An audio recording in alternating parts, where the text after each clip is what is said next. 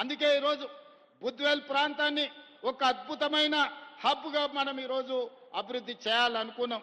Gateway of Delhi, ఈరోజు gateway of Mumbai ఉన్నది, హైదరాబాద్ కూడా గేట్వే ఆఫ్ హైదరాబాద్ కింద ఈరోజు ప్రణాళికలు మనం సిద్ధం చేసుకున్నాం. 3 నెలల్లో ఈ నగరాన్ని ప్రపంచ స్థాయిలో పోటీపడే నగరంగా మనం తీర్చిదిద్దుకుంటాం. అందుకే ఈరోజు ఈ అభివృద్ధిలో కలిసి రాండి. హైదరాబాదు నగర నిర్మాణంలో మీరు భాగస్వాములు కాండి. ఈ రోజున్న ఔటర్ రింగ్ రోడ్డు ఆనాడు రాజశేఖర రెడ్డి గారు ఉన్నప్పుడు కట్టకపోయింటే ఈ నగరం ఇంత అభివృద్ధి చెందుతుండేనా? ఆనాడు ఐటీ కంపెనీలు తేకపోయింటే, ఫార్మా కంపెనీలు తేకపోయింటే ఇన్ని లక్షల మందికి ఉద్యోగ ఉపాధి అవకాశాలు వస్తుండేనా? ఇవాళ ప్రపంచ చిత్రపటంలో హైదరాబాదు నగరానికి గుర్తింపు వస్తుండేనా?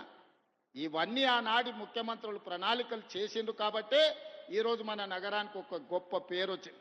అందుకే ఇవాళ తెలంగాణ రైజింగ్ 2047 ఒక విజన్ డాక్యుమెంట్ తీసుకొస్తున్నాం. డిసెంబర్ 9, 2025 నాడు తెలంగాణ జాతికి అంకితం చేయబోతున్నాం. రాబోయే 100 సంవత్సరాలు హైదరాబాదు నగరమే కాదు తెలంగాణ రాష్ట్రాన్ని ఏ విధంగా అభివృద్ధి పదం వైపు మనం నడిపించాలో ఇవాళ కార్యక్రమాలు తీసుకుంటున్నాం. కలిసి రండి. ఈ కడుపులో విషం పెట్టుకొని ప్రాజెక్టులు ఆపకండి.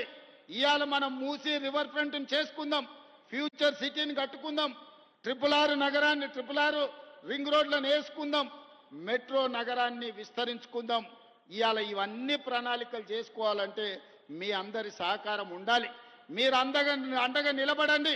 రాబోయే 10 ఏళ్లలో అద్భుతమైన నగరంగా, ప్రపంచంలోనే గొప్ప నగరంగా హైదరాబాదు నగరాన్ని తీర్చిదిద్ది లక్షలాది మంది నిరుద్యోగ యువకులకు ఉద్యోగ ఉపాధి అవకాశాలు కల్పించే రాష్ట్రంగా మన తెలంగాణను తీర్చిదిద్దుకుందాం. మిత్రులారా, వాళ్ళు వీళ్ళు ఎన్ని చేసినా, ఎన్ని కుట్రలు చేసినా, ఎన్ని కుతంత్రాలు చేసినా, ఎన్ని రకాలుగా అడ్డం పడ్డా మా ప్రభుత్వం తిప్పి కొడుతుంది, ఒక్కరొక్కరి సంగతి కూడా చూస్తుందని నేను ఈ సందర్భంగా తెలియజేస్తూ, ఏది ఏమైనా ఇంత మంచి కార్యక్రమాన్ని ఏర్పాటు చేసిన ప్రభుత్వ అధికారులతో పాటు ప్రజాప్రతినిధులను కూడా మనస్ఫూర్తిగా అభినందిస్తూ సెలవు తీసుకుంటున్నా.